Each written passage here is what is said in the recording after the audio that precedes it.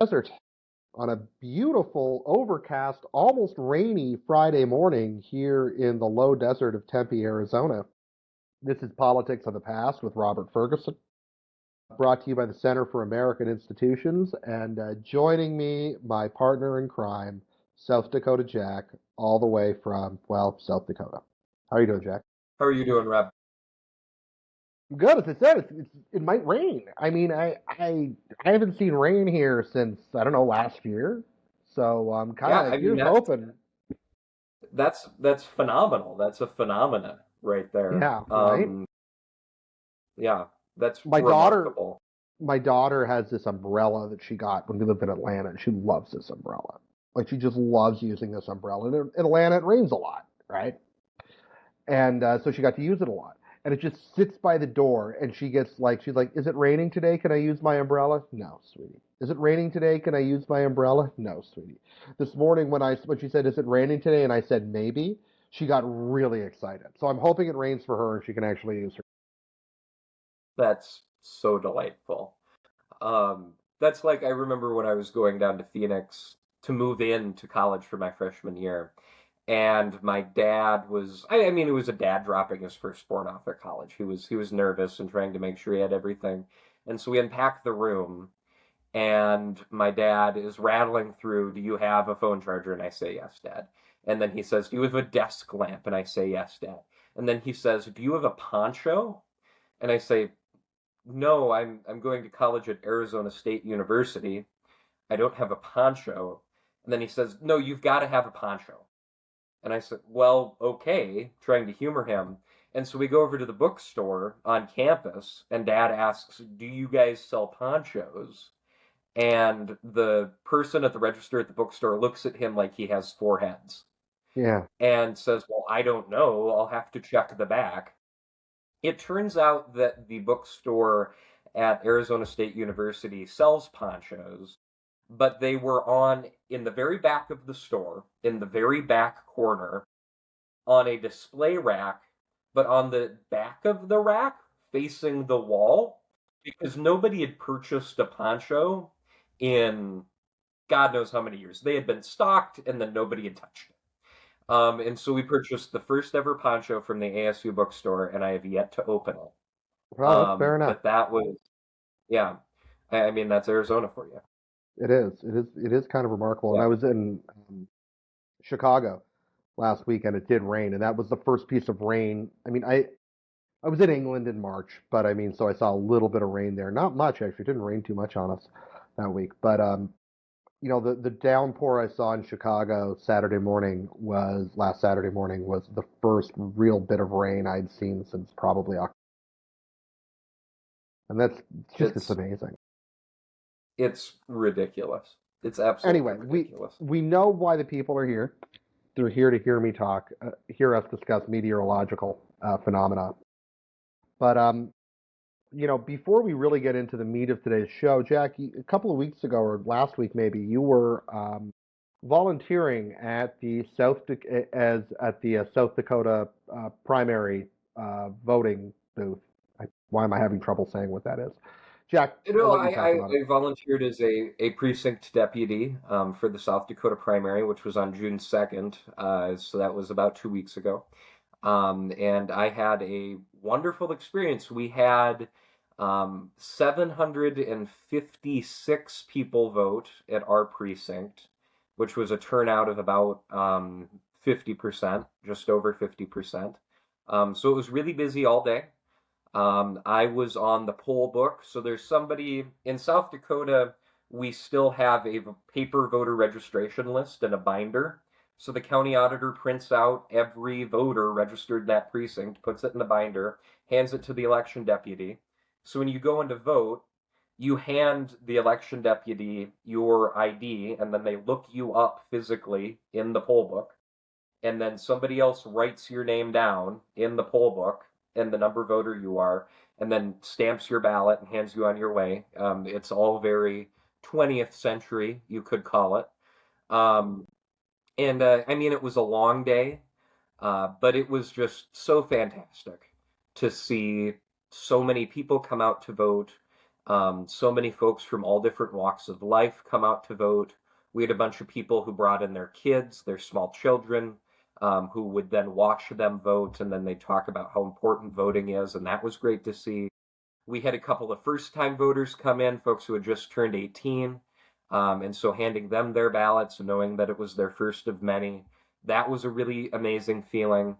And then we had just so many people come in. We had a line all day, and it was just a fantastic experience. I think it's really important to remind yourself about how vibrant and how strong democracy is in America. And this experience really did that for me. Yeah, I mean, I hear you. I mean, one of the things that always, we've talked about this before, but if you ever actually volunteer in any capacity, it could either be as a precinct clerk or whatever they're called in the United States. I can't remember. They're probably different in every state, or what they're called. But we used to, you've got a returning officer, you'll have deputy returning officers, that kind of thing at a precinct level. And or even if you're just volunteering as the clerk, the lady checking or the person checking people in, or you're working in a partisan context as a scrutineer or something like that.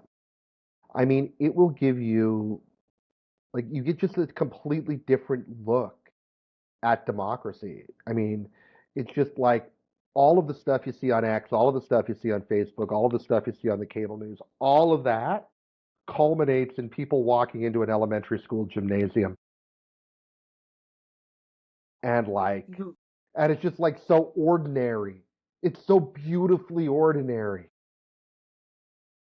It felt to me, and it's very easy for people like you and me and the people who listen to this podcast who are just so involved in the zero sum game that is politics on this like junky level to forget how much of it just culminates in that Norman Rockwell painting of a Yeah. grandma and a grandpa bringing their grandkids to vote in a community library um, in South Dakota.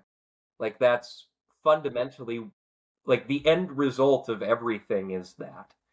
And so if you feel yourself bogged down by politics or burnt out by politics, go and work at a polling place and remind yourself fundamentally what it's all about. Yeah, it is beautiful. It's democracy. It's lovely. It's ordinary, but it's extraordinary, right?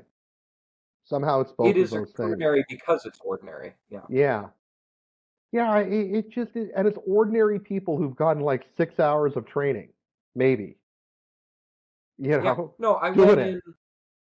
I went into the county auditor's office for 2 hours and they like walked me through the PowerPoint presentation and then I showed up at like 6:30 in the morning to open the polling place by 7.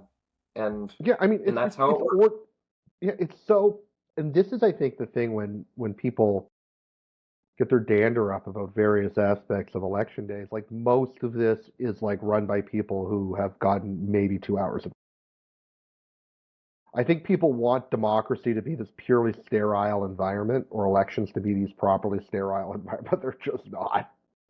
It's just like ordinary people, like retirees, students, people like, housewives, guys, or guys that are like me that have kind of flexible jobs that are just doing a day of volunteering because they care about democracy and they care about this country. And you just, I don't know, I just think it's actually beautiful. And I always have. And both, if you're addicted to cable news, you're addicted to X, and we were just talking before we jumped on. I'm a little addicted to both. I'm a little addicted to X, but you just get a different perspective. You're right. It's Norman Rockwell, and I've been in Yeah, there as a you scrutineer in Canada. I've been there as a scrutineer in a in a constituency or in a poll, like a precinct, where I knew that virtually everybody voting that day was hostile. And like my job that day was to strike as many people from the voters list as possible, and to make sure as few votes counted out of there as possible. Like I've done that job. In fact, that might have been my and yet favorite election day ever. And yet you can still find the romance of it. I still find the romance in it. I do. I Yeah. mean, I'm not. I wasn't. I Well, wasn't. I wasn't striking people who had their stuff their stuff together. yeah. Like I wasn't denying Well, people. It was just what I was trying to make sure is that nobody who I knew couldn't vote could vote. yeah.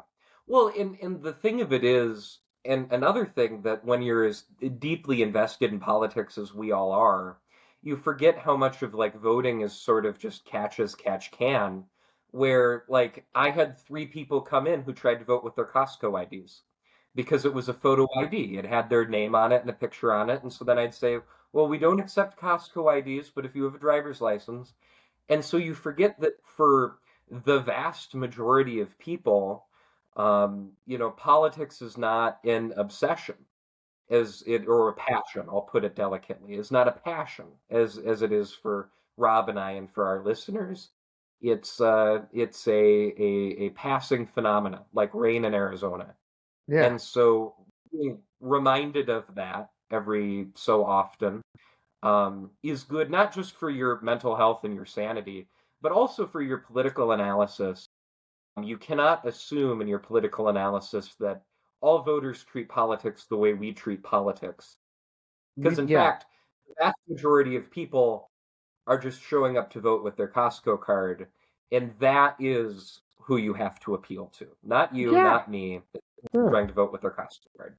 Right. And it's in fact, it was my third time at that polling station on an election. And my job was always that one because they liked me doing that. I guess the campaign every time they were like, we'll send the guy, we'll send Rob to we called it the People's Republic, part of the constituency. And I remember it was the same returning officer every 4 years too. And the third time I was in there, and he and I had gotten to know each other pretty well. We'd see each other once every 4 years, but we liked each other. We'd see each other once every 4 years. That was we'd spend the day together. And it was fun. And I don't know, it was about 2 o'clock the third time through, and I was trying to just put a wrench in this person being able to vote. And he took me aside and he said, "Rob, I know what you're doing." He's like, "It's fine, but like, do we really want to stop people from being able to exercise their vote?" And he was like, "Listen, like, you and I both know this person's just ill prepared. Do you really want to deny them the vote?" And I thought about it for a second, and part of me was like, "Yes." Wait for the lawsuit. But the other part of me was like, you know what? You're right. You're right. You know, they're a citizen. I know they're a citizen. They're just ill prepared. They didn't bring everything they need. And I think of that conversation a lot that returning officer had with me. I don't know, 15 years ago now. That like, you know, how how far do you really want to take this route? So anyway, uh, so that's our nice. Isn't democracy wonderful? Aren't the Isn't it great? We can. Can I complain However, about Graham Platner? yeah, I was just gonna say, but now we've been nice. It's like, but the problem is when you give the people the chance to vote,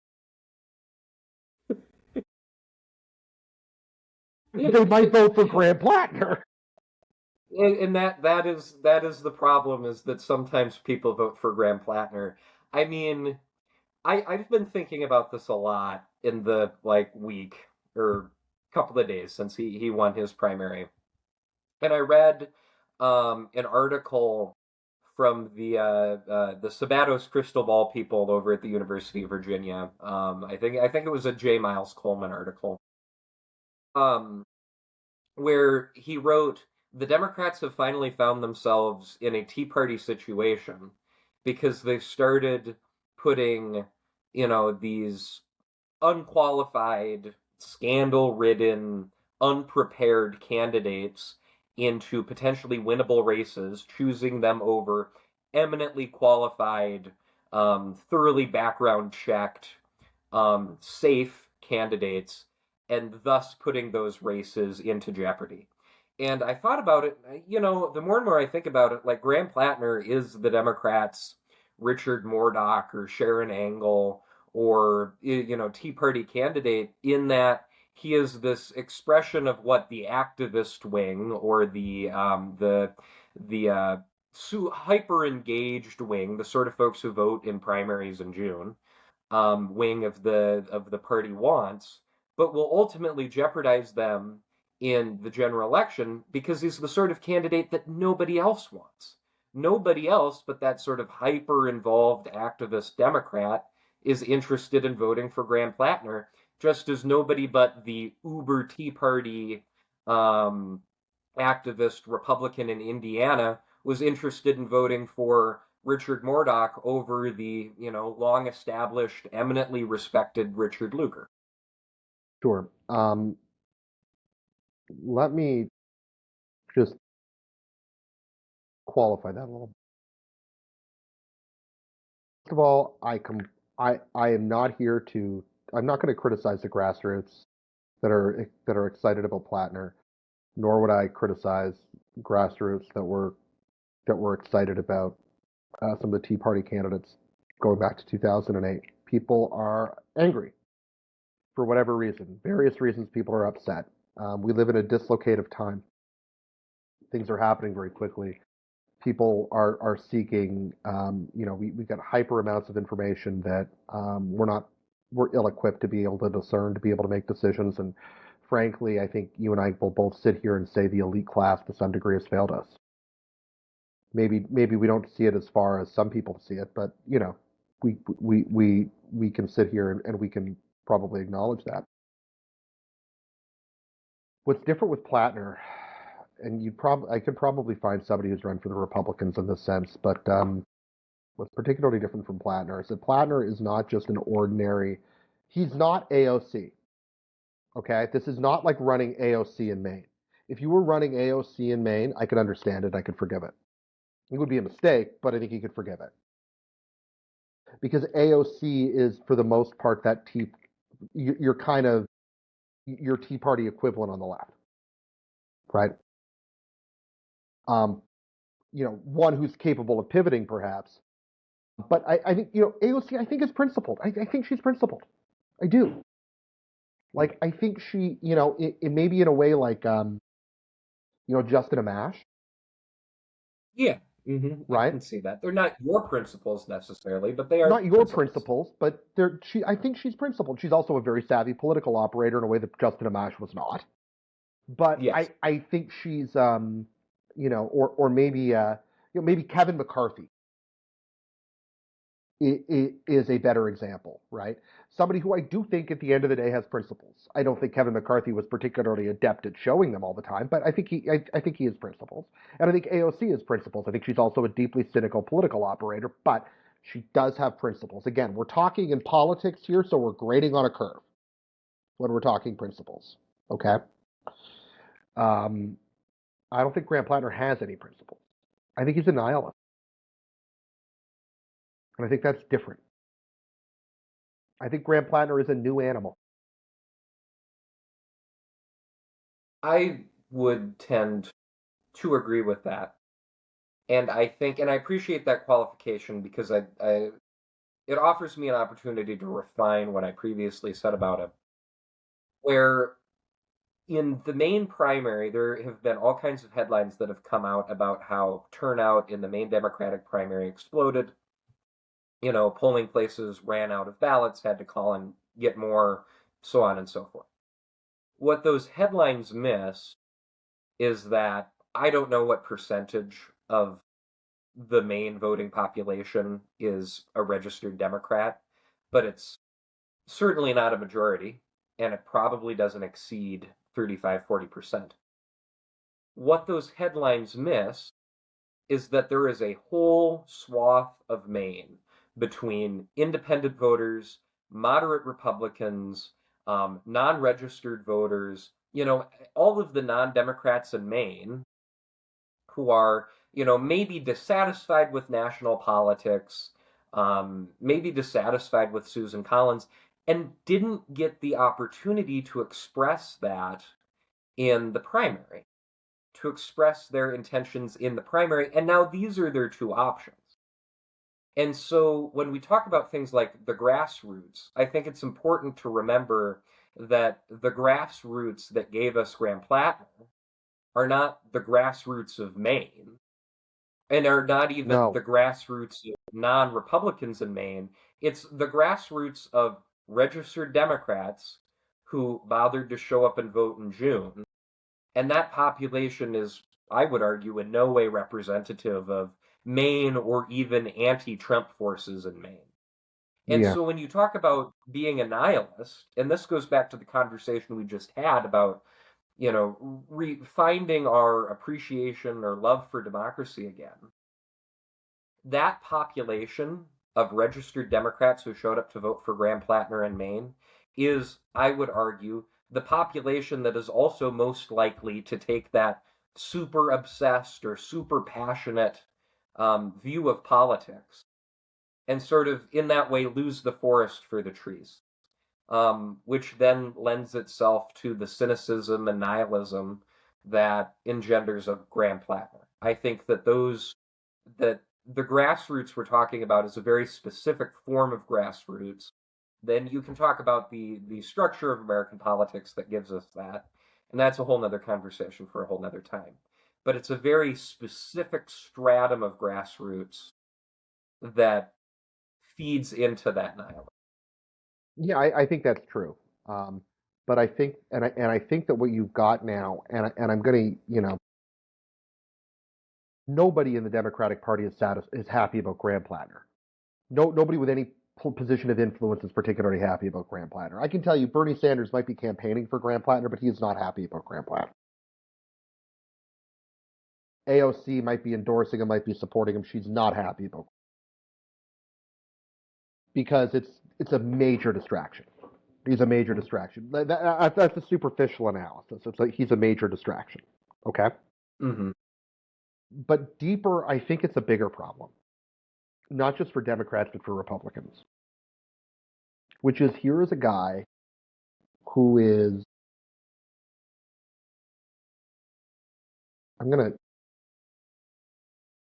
I've spent too much time thinking about Graham Platner. Okay. It's embarrassing that I've thought so much time thinking about this guy, but he's compelling. He is compelling.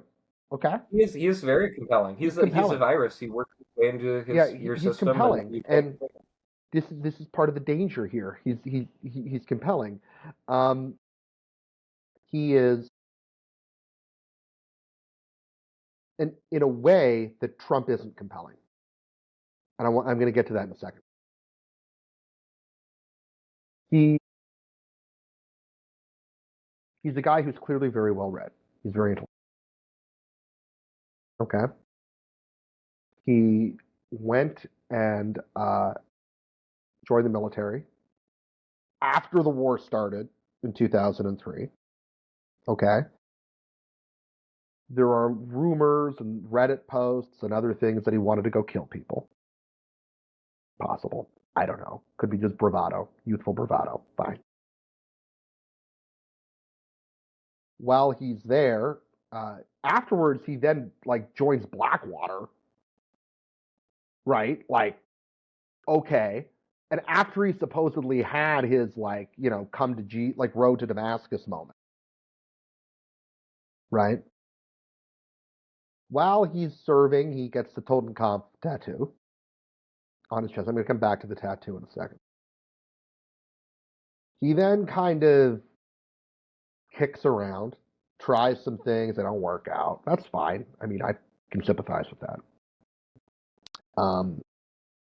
He gets increasingly, appears to get increasingly radical in the 2010s, right? And attaches himself to a very left-wing ideology. And I'm not here to criticize people who choose ideologies. That's fine. Graham Platner, though, he's a character out of a Dostoevsky novel. The psychology here is a Dostoevsky novel. He has picked extreme left-wing views because he can use it as a cover for his sociopathy and his nihilism. He doesn't believe any of them. Doesn't believe any of it. The way that he treats women is appalling. He he is not this is not an ordinary bad faith actor in American politics. Psychologically, he's I can't think of the guy's name in in Dostoevsky's novel Demons, who's the kind of the ringleader, kind of like the incompetent ringleader who still manages to burn everything down. I can't think of his name the character's name off the top of my head, but for those of you who've never read the book Demons, it's Dostoevsky actually at his funniest. It was the only time in his life I think he was happy. His wife and his kids were around. He actually had a little bit of cash. And he writes this book and he's criticizing the nihilists and he's criticizing several aspects of them, or the revolutionaries that end up joining the people's will later on and assassinating the czar. But his one of his points is they're not actually capable of building anything, but they can burn your house down. And they won't care about it because they think they're building something by burning you down. And that the main figure in Dostoevsky's, like the main antagonist of the book, he doesn't believe in anything. He has no values. He just likes he's just a sociopath who has no morals. And he uses ideology as a cover for that. And the more I think about Graham Platner, the more I think about that guy. He's not like brilliant. This guy's not brilliant in the book. He's not like, I wish I'd looked up his name ahead of time. I should have done that. But he's not particularly smart. Like, he's smart enough. A little smarter than the average bear, maybe. He's smarter than the little people that he controls. But, like, he's not capable of anything. All he's capable of is destruction. And I look at Graham Platner and I see that. And the Totenkopf tattoo, I think it's a joke. I think it's an ironic joke that he got. Where he was like, I'm serving, we do some bad things. We're basically like, he's comparing his own career, like he got it as comparing his own career in the army to the SS. Kind of an exaggeration, kind of layers of irony joke. I think he's a problem. He is. And I think it's interesting that you brought up Dostoevsky because I was about to compare him to a character from a Sinclair Lewis novel. Have you ever read It Can't Happen Here? Yeah, I have. Yeah, yeah. He reminds me. It Can't Happen Here is a book about America falling into fascism, and sort of the way that Italy and Germany fell into fascism in the 30s, after the Great Depression. It's a work of political propaganda against Huey Long, is what Sinclair Lewis wrote it for. But the book, so there's a Huey Long character who's portrayed as just sort of an idiot, who's manipulated by others for their own political ends to get power. But then the manipulator is this guy named Lee Saracen. And Lee Saracen eventually becomes the Secretary of State, pulls the marionette strings, and ultimately decides he wants power for himself. But it turns out that he just wanted power for the glory of power. And so his Saracen's regime ultimately falls into the vacuum of his own lack of principles. He just adopted, as you said, the principles of leftist revolution, of sort of for his own ends. And Platner reminds me, though I think that your analogy is more apt. Platner reminds me of these sort of figures, because I agree with you in that I don't think that Platner is genuinely a leftist, and I would cite the same evidence. His behavior with women is appalling. And what I keep thinking about in terms of that specifically is this is what we know in June, in early June. Imagine what Susan Collins's camp, the NRSC, has tucked away in a file somewhere for October. This is what we know about his behavior with women in June. Um, And so based on things like that, I agree with you. I don't think he's genuinely principled in that way. I think that he is sort of just looking for something to fulfill that in almost a Leopold and Loeb-esque way, looking for something to fulfill that urge within him. I don't think Yeah. he's going to go murder someone, No, I don't but necessarily think he is either. And I want to be clear on that. That I'm not. And lots of leftists have been capable of treating women terribly over the years, and I would still say they're leftists. That's not a that's not uh, um that's not an indication. He strikes me as utterly he's a nihilist. He the other thing is, remember, he's kind of lazy, right? And that's something you also see in this archetype. They're kind of lazy. They think they're smarter than everybody else. They do everything with a little bit of a smirk, right? You can sort of see the smirk in Platner because he thinks he's smarter than everybody else. He thinks it's all a big joke, right? And like he's mostly just looking to entertain himself. And it's all a cover to entertain himself. And he doesn't think, guarantee you this. He doesn't think anybody is capable of sitting in judgment of him.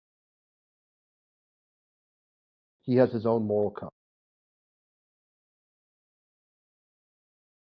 And he can justify everything. We've seen this type. This is the Razmashevsky, man. This is the Razashinsky, I should say. Um, and so, which is an old Russian phrase, which means the superfluous man, and it refers to people who have a lot of education, not a lot of drive, and they think they're smarter than everybody else. And it's in that group that you start to see these kind of sociopaths.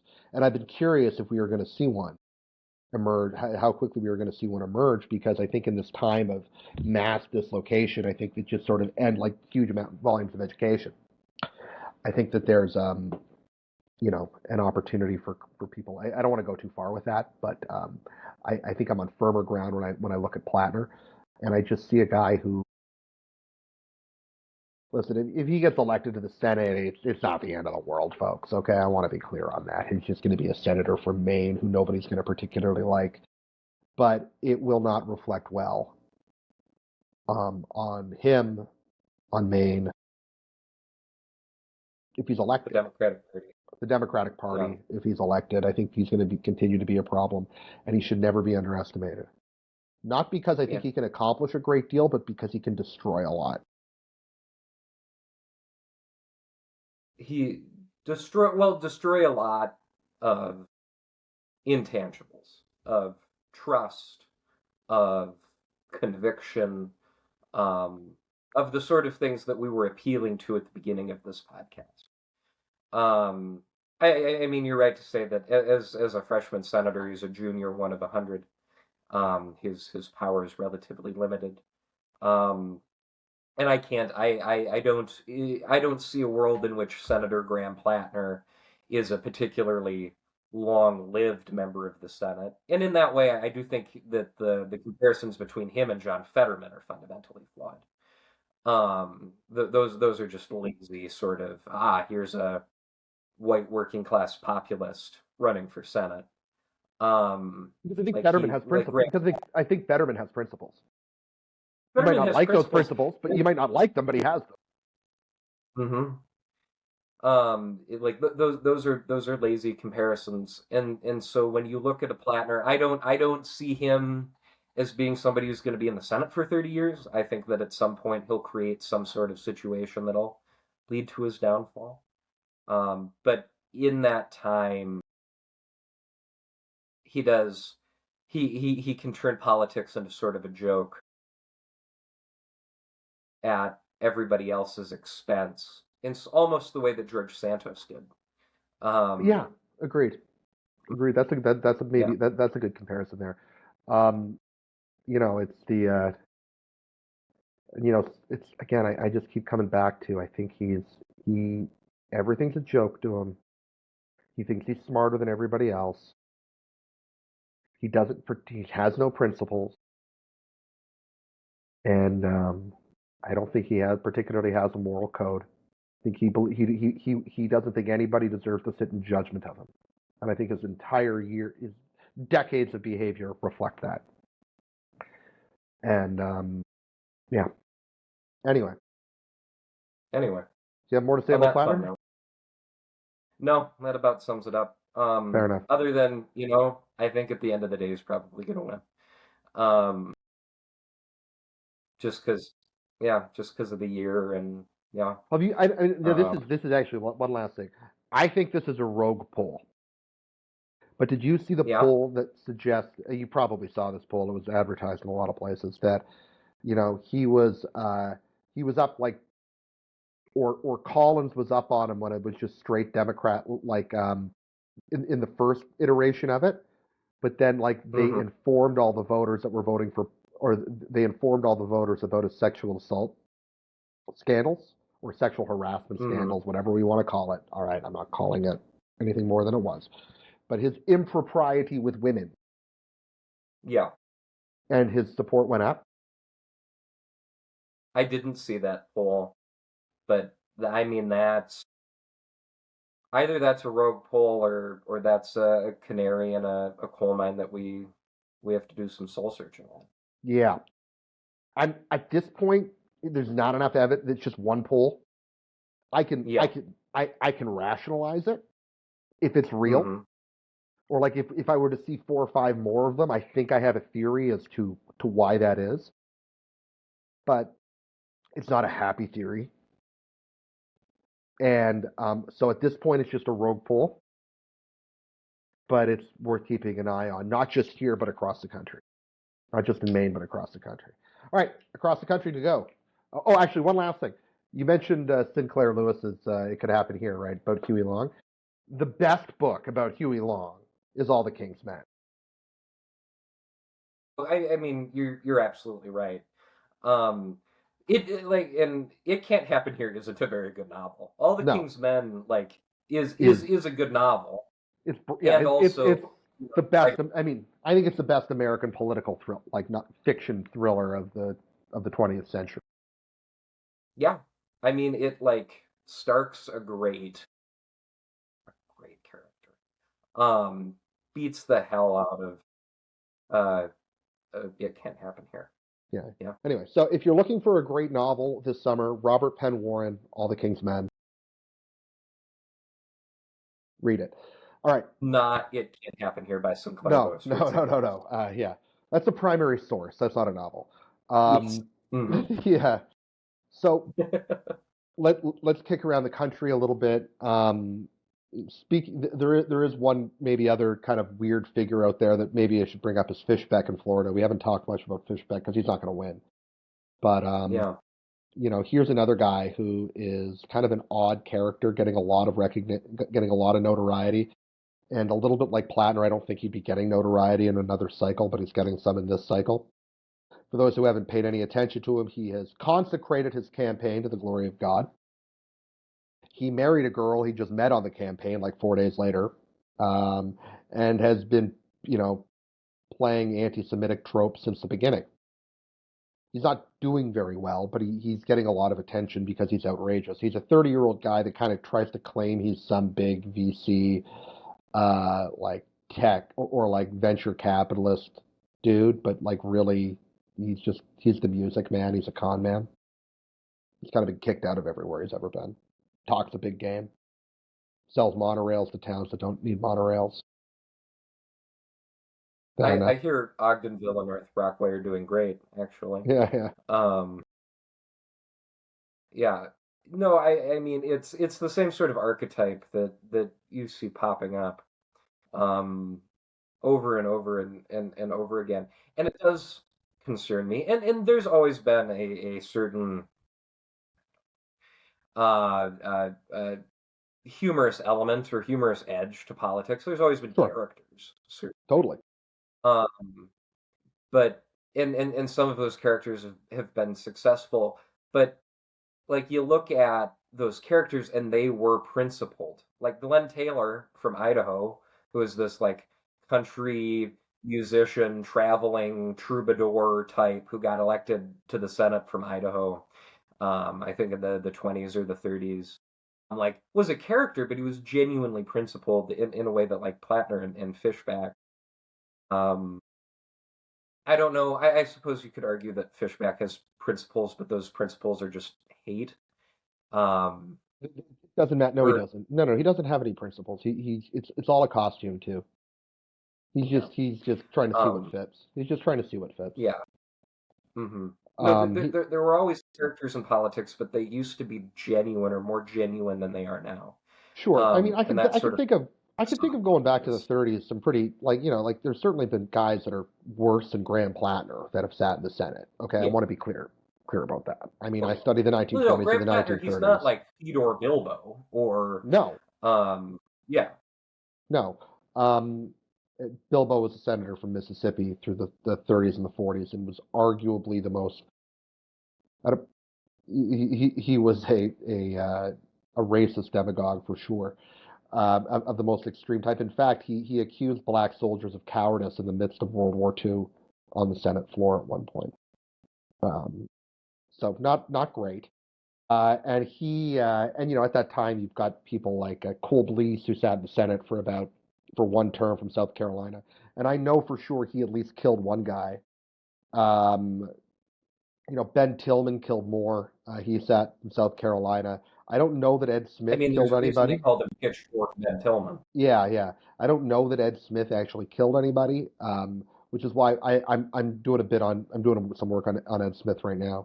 And my joke is he was the third most racist senator from South Carolina in the first half of the 20th century.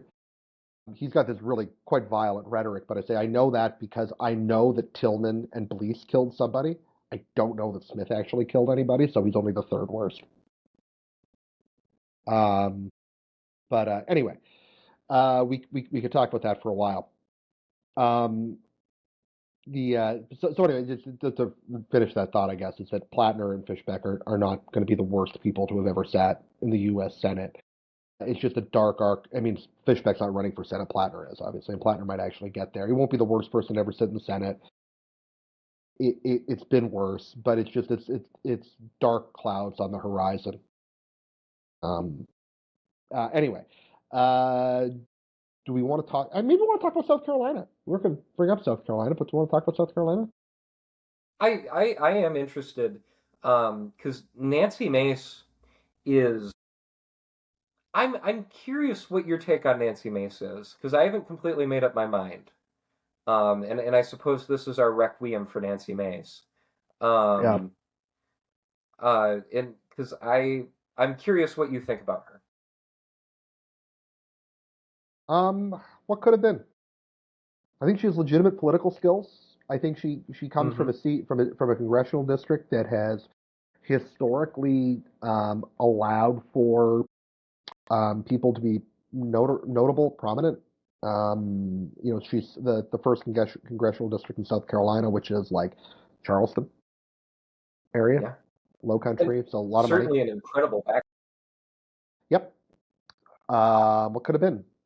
And Yeah, I think she had legitimate chops and just chase the attention button.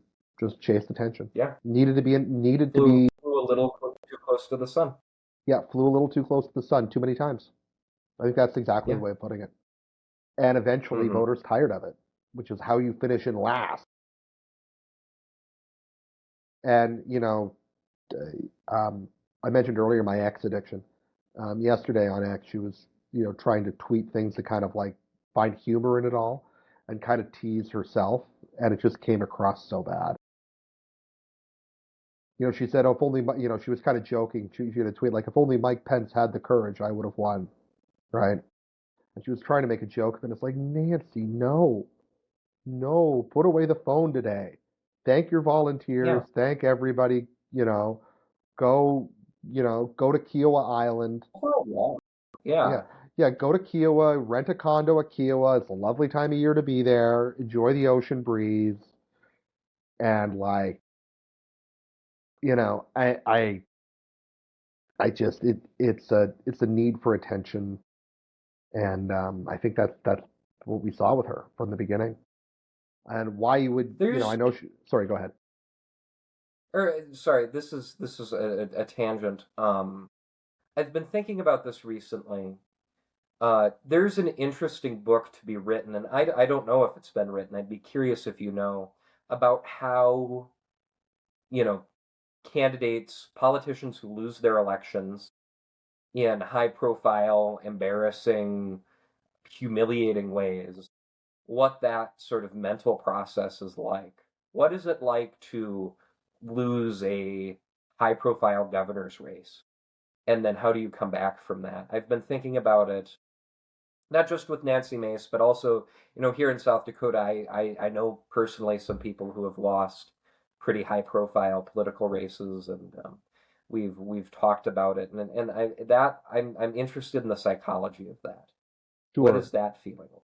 Yeah, it's hard. I mean, I think it's very hard for people. I can think of one who lost a very high profile governor's race and then, 6 years later was elected president, um, in Richard Nixon.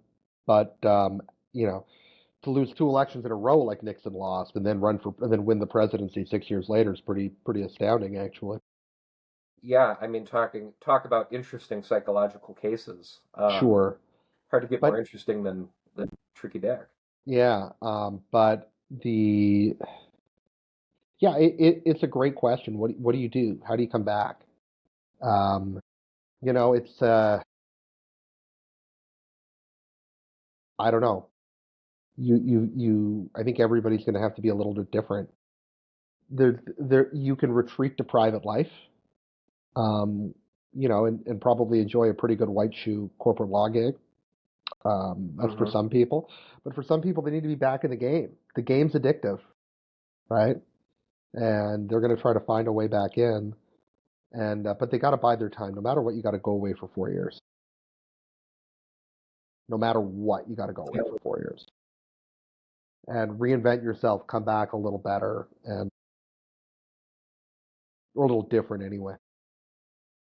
Take a deep breath. Get a puppy. Yeah, yeah. No matter what you do, you need to go enjoy private life again for a couple of years, right? Before you try to come back.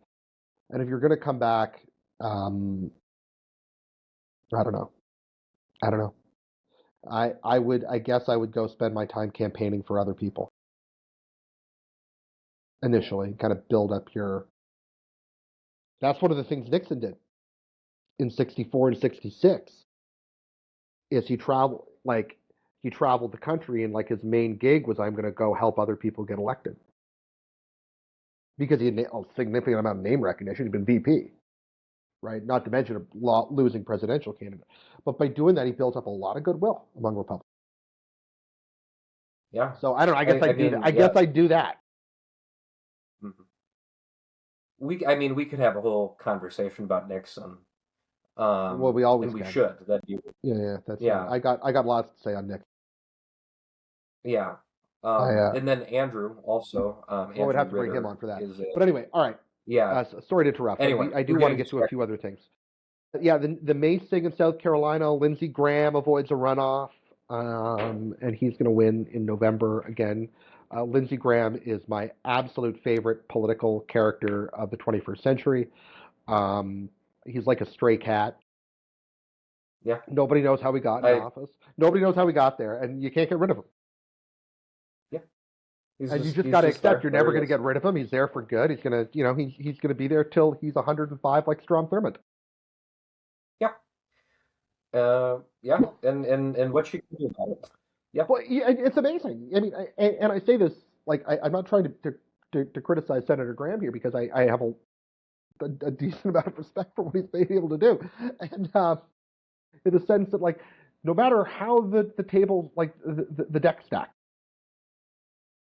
like the deck can be so stacked against him, it could be the worst possible political environment for him. And he's going to win. He's not going to win by a lot, but he's always going to win. It's amazing. He is, he is an incredibly efficient politician in that way. He doesn't. He's not going to waste any votes. He's not going to waste any positions. He's going to do what you got to do at the time you got to do it, and he's going to get there just in time, and he's going to leave just in time. He was John McCain's friend for as long as it was good in South Carolina to be John McCain's friend, and then he wasn't. He's an efficient politician. Yeah, he is, and like he'll get humiliated, but he comes back. But he comes back. He's fine. It's really he at least yeah he's a stray cat. I just whenever I think of Lindsey Graham, I laugh. I laugh. He's so it's amazing. He's a phenomenon. Yeah. If he, whenever he does retire or he dies, I hope I still have the energy to write his biography because I want to write. We'll get but he might outlive me. So he might outlive me. So what can I say? He might still be in the Senate when I die, so it might not happen. Okay. So that's South Carolina. You want to go to Georgia? We'll say the Southeast here. We've got Jackson and Jones going to a runoff here for the governor's race. Jones has been endorsed by Trump a couple of times, but not super loudly, which is interesting. Like he did a tele rally for Jones back about a month ago. Burt Jones is the lieutenant governor. I think it is notable for context for Georgia that in Iowa this past week you had the first high-profile Trump endorsement that lost. Right. Randy Feenstra, who was a Burt Jones-esque guy, establishment sort of conservative, certainly not a moderate Republican, but not a flamethrower, lost to a Rick Jackson-esque figure, an outsider, a businessman, who was not endorsed by Trump, and so I think that example is important to recognize that that the glass ceiling has been broken for Rick Jackson. It has. He's no longer trying to. Burt Jones is a flame. Burt Jones is absolutely a flame. But not. And that's a good point. He's a flamethrower, but he's not throwing flames from outside the house. No. Fair enough. But he's very much a. He's very much a rabble rouser, and so is Jackson, frankly, and that's why I think one of the keys to Jackson's success in this race. But he has been endorsed by Trump. Now, I think Trump initially made that endorsement certainly before Rick Jackson entered the race. And so Trump did that within complete knowledge, right? So he hasn't, and again, I don't think Trump wants to be like known as putting his neck out behind a loser because I think he knows that Jackson can win. But the polling sort of shows a slight edge for Jones, about a 4-point edge in the runoff. But Jackson has got a lot of money, and he's throwing a lot of money at this. I mean, it is an unbelievable story of what money and personality can buy you in politics, and Rick Jackson is showing it. I was in Georgia for 36 hours, and I am proud to say I saw a bunch of Rick Jackson ads. They are everywhere in the Atlanta media market, in the Georgia media market, and they're very effective. He's a very good politician. He sent out I know that he sent out Father's Day cards this week. Yeah. And part of it is the thing that he grew up without a dad. Right. And so he's kind of emphasizing his own humble upbringing and the importance of fatherhood. So he's just really good. He's a really good candidate. And I say that because I think Jones is a good candidate too. Jones is a really savvy politician. And the fact that in this cycle there's a guy who's able to challenge Burt Jones in this race is remarkable. The question is going to be, will voters who voted for what we would call the moderate wing or the rhino wing in the governor's race, which was Carr and Raffensperger, if they're willing to show up and vote for Jackson? I think they might be. I think that they're probably more likely to show up for Jackson than they are for Jones. They're certainly more likely to show up for Jackson than Jones. Jackson, again, we talked about this before, but Jackson is not he's a quote fighter. He's got a lot of the MAGA kind of the other thing that like has been really he epitomizes a lot of the MAGA kind of approach to politics. And again, I'm not saying that I don't use MAGA to pejoratively. Some people do. I don't. I'm just calling it what it is. I mean, I think that there's, it's an, it's a sharp elbowed form of politics. It's a populist form of politics. Um, Mm-hmm. he epitomizes that. He's very good at it. But he's not. He doesn't have any of the baggage that Burt Jones has. He's new. He's fresh faced. He doesn't have the 2020 any of the 2020 baggage. He didn't say a thing about 2020. He wasn't involved in 2020, right? And in Georgia Republican politics, that's the KT line is 2020, the election, the post election period in 2020. And so he's very conservative. The left is going to hate him, liberals are going to hate him, and it's mutual in his case. But you're what I think you have is a guy who is more in who appears to be, if you're a Carr and Raffensperger voter, you can look at him and you can say this guy actually has an agenda for Georgia. And I think he's professional enough he can accomplish it, and he's going to do it in a way that is not purely about likes and alienating the other side. So I think they're going to. I think he's an interesting new. This is an interesting new archetype to come into politics too, kind of the post-Trump Yeah. populist. Mm-hmm. And Yeah. I'm curious. I don't know that he's going to win, but if he does, Keisha Bottoms is in trouble. I don't think Keisha Bottoms can beat Rick Jackson in the general. I think she can beat Burt Jones, but I don't think she can beat Rick Jackson. Yeah. It is a and I would tend to agree with that. And we've talked uh, previously about her. I hesitate to call it insincerity, but it's a version of that. It is. And we're like, she's a politician. She's a politician, and Rick Jackson's not. And we live in this is an election cycle where people don't like politicians. Yeah. That's what the primaries across the You know, country are showing, and I think that it's as simple as that. this is really interesting that in the Democratic primary that Bottoms won, um, her support did not come from Atlanta. It was Democrats outside of Atlanta that put her over the top. She was the former mayor of Atlanta. What does that tell you? Whereas Jackson has deep Atlanta roots. Like, I think Jackson can get votes in November that Republicans never thought they could get, especially in this cycle. Mm-hmm. Yeah. Because people just don't like Keisha Bottoms. I mean, a lot of people do like Keisha Bottoms, but people in Atlanta, they have this really weird relationship with her. And, you know, I don't see I don't see Bottoms. I think Bottoms can beat Burt Jones, but that's just because I think a lot of enough. Georgia's a purple state that leans red. And in a 50-50, like it, ceteris paribus, all other things being equal, the Republican wins in a statewide race. But if you run a candidate that is going to alienate that middle voter, that 10%, but the independents decide Georgia. They don't decide every state, but they decide Georgia. And it's an independent group that leans red, but will lend their vote blue. And Burt Jones is the kind of guy that might get them to lend their vote blue. I'm not saying they will, but they might. Yeah, I can do that. So that's Georgia. Whereas I think Ossoff is going to win in a walk.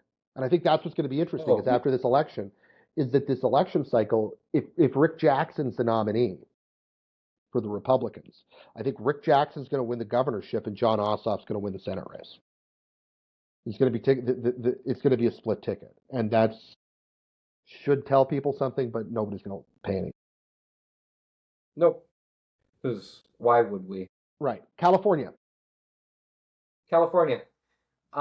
We haven't talked at all about California. No, we haven't. Um, And I think that this is another comparison that's interesting because you've got Rick Jackson, who's got plenty of money and is spending plenty of money, and he's got that personality, and it's playing well for him. And then you've got Tom Steyer, who spent north of $200 million. I think it was like $237 million, somewhere in that ballpark, trying to win that governor's race, and then can't make the runoff. Um, and so I think that and like I mean Tom Steyer is not I don't think that I'm going out on a limb and saying that Tom Steyer doesn't have the personality or the authentic nature of Rick Jackson. I'm not saying that he is inauthentic. I'm saying that he doesn't have the same appearance of authenticity. And so I mean Becerra will win, of course, Yeah. because it's California. So it's Becerra versus But Hilton. So it's Becerra yeah, versus Hilton, right? And Hilton's a Republican, and Becerra's going to win. mhm. And Becerra's going to win. But then I wonder for California governance, have you read any of the stories about former Biden administration officials on deep background to the Post or the Times talking about how incompetent Becerra is? I've heard rumors. I didn't see I didn't see the article, but Becerra has a reputation. Yeah, there have been there have been a few articles that have come out, Biden administration officials, high-ranking ones, of course, none of them are named, who say like Becerra was not a good cabinet secretary, was ineffective, was bad at because he was the Secretary of Health and Human Services, and he was bad at the Secretary of being the Secretary of Health and Human Services. There were times that he would come in and try to brief Biden on such and such issue, and Biden would pepper him with questions, and he wouldn't be able to answer them. He would look uninformed and incompetent, and it was embarrassing. And so I think just that quickly, is. I find it difficult to imagine Joe Biden peppering anybody with anything. Oh, I think certainly towards the end of his presidency. At the beginning of his presidency, he did have a reputation as something of He might not have had his. You're right. At the beginning of the presidency, he didn't have his fastball, but he, but he could he still had the curveball.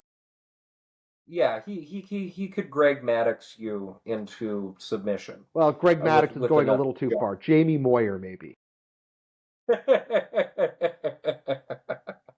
But And so I'm I being think that generous, it's interesting. but yeah, go. But anyway, yep. I think that it's interesting that you have a governor, or like he is the governor of elect of California for all intents and purposes, and members of his own party are already coming out of the woodwork and saying, "Look, this guy isn't great at governance." And so the future and we both know how important California governance is to the nation because California standards de facto become American standards. California fuel emission standards, for instance, become the de facto American standard. And so it is important for America, it is important for your life wherever you live. The governor of California has a massive impact on your life, and it appears that we're getting a governor of California who's maybe not great at governance. Well, and it's That really, is, yeah. Now, California has suffered from some pretty terrible governors in the 21st century, if we're being honest. Really, since the I mean, 90s. who's the last like really good governor of California? Has there been one since Earl Warren? Trying to think. It's a hard state to govern. The interests are difficult.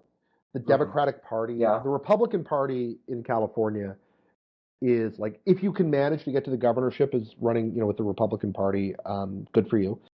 It's not easy.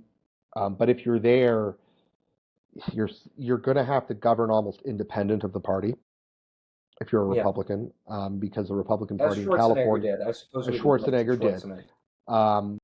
the Republican Party is not in California. They'd be just big enough to cause problems for you. And at least that's historically been the case. I don't know what they're like right now. Could be different now. But the California Democrats are I mean, they're so riddled with division, and and the extremist divisions are strong enough that, like, you need to be, if you're going to govern with even a modicum of practicality, you need to be strong enough that you can shove down those extremist elements. And when I say extremists, I don't mean like overthrow the government extremists. I just mean the ones that are going to want to spend $30 billion investigating reparations in San Jose. Yeah. Right. And like, and Mm. renaming all the schools away from anybody, to, um, you know, from to nobody born since 2005, and are going to, um, and are going to condemn, and are going to prevent you from being able to build anything ever again Mm-hmm. in the Yeah. state. And, California is a great state. I love California. And, Yeah. if you're gonna, Great IHOP outside of it. well, I mean, that's not what I think of when I think of California, but okay. Well, It's an hard to have a important, diversity of. it's a really important, as you mentioned, it's a really important state to the union, not only because California standards become de facto national standards, but it's you know, it is one of the three or four most important cultural states in the country. Business states, it matters. It's still an amazing economy despite what they've done to it, and it's you know, what could be in California if it wasn't, you know, if it wasn't beholden to certain interest groups. So in order to govern it effectively, you almost have to do what Newsom has done in the last 18 months. And I don't know that Newsom's been an effective governor, but in the last 18 months, he's been a different governor because what he's tried to do is at least make a show out of beating those extremist interest groups into submission. I don't know that he's accomplished it, but he's at least tried to make an appearance of it and he's doing that because he wants to be president.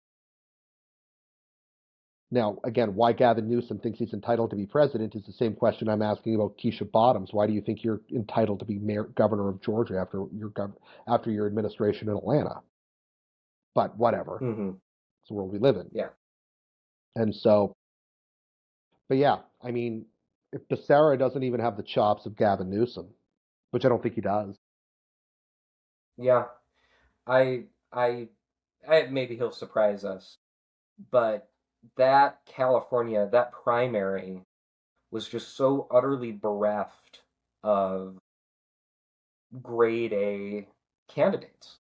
I mean, how is it that to be governor of California, the state that has theoretically the deepest Democratic bench in the nation, um, how is it that your options are Becerra, billionaire Tom Steyer, horrible boss Katie Porter, and Eric Swalwell, and we all know what happened with Eric Swalwell.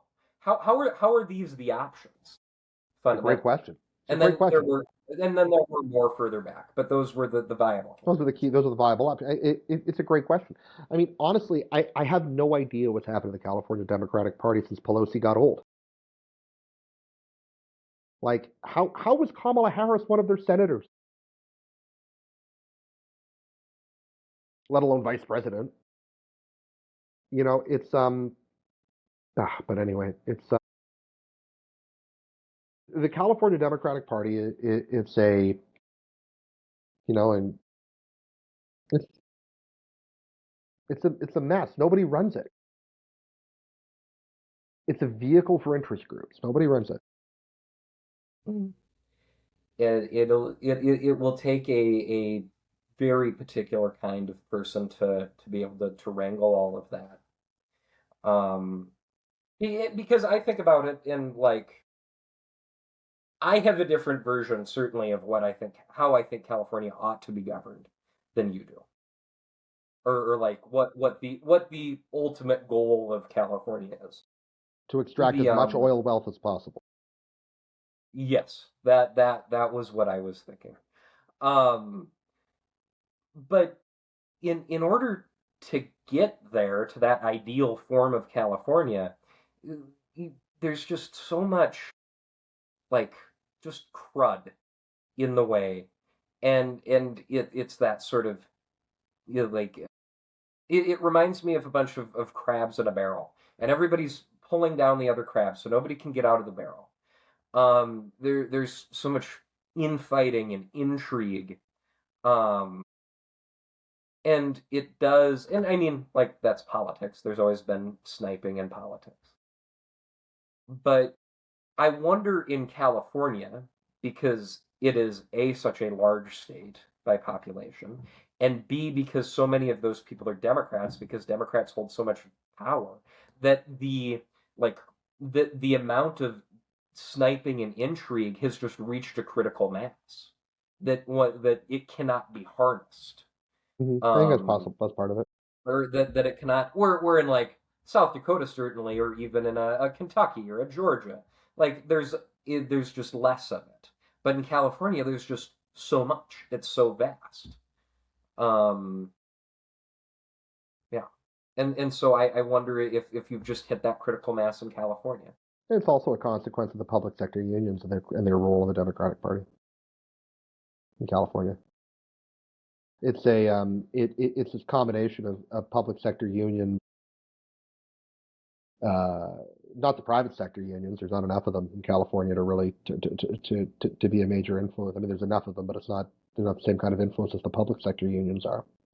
And then you get the kind of the Hollywood cultural elites combined with that, and it's like, uh, no wonder it's difficult to govern. There's just too many interest groups you have to accommodate. If you're a Democratic, like I actually think, and I mean I'm not saying this because of my preferences, but I think if you had there's a real opportunity if you're a Republican governor of California. You got to govern independent of your own party, and Mm, you've got to make alliances across the aisle if you're going to do it. But I yeah, actually think you've got a better shot at governing well, independent of whoever you are, if you're a Republican, because you can be independent of all of those things in California. But that's not going to happen, so it doesn't matter. Um, Again, we can extract as much oil wealth out of the place as possible, and I honestly think it would look good as like a North Dakota. yeah. You think that we should just turn California into the Bakken? Yeah. Um, well, as a proud South Dakotan, the last thing this world needs is another North Dakota. Um, like that's I can't. I respect the people of California too much to impose that upon them. Uh, That's a fate worse than death.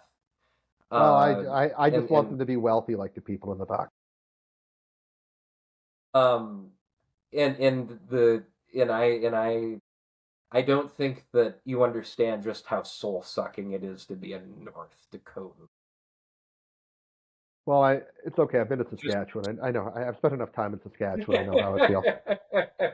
you've got a sense of it. Yeah, yeah. You can only curl so much to try to Right. fill that hole in your Man, I miss curling. Man, I miss one thing I miss more than I'm anything sure else. there's somewhere in the valley you can curl. There There's is. got to be like one. There is one club. It's not too far away. Actually, I should join it. But Yeah, it's anyway. All you'll right, have a whole platoon. we've talked long enough here. Anything other than making fun of California and North Dakota, which we could do all day. Um, Yeah. Anything else you want to talk about? No, I think that about sums it up. Thank you All for right. having me, Rob. It's a pleasure as always. No, my pleasure. Thanks for joining me on a Friday morning, Jack. All right. Bye bye.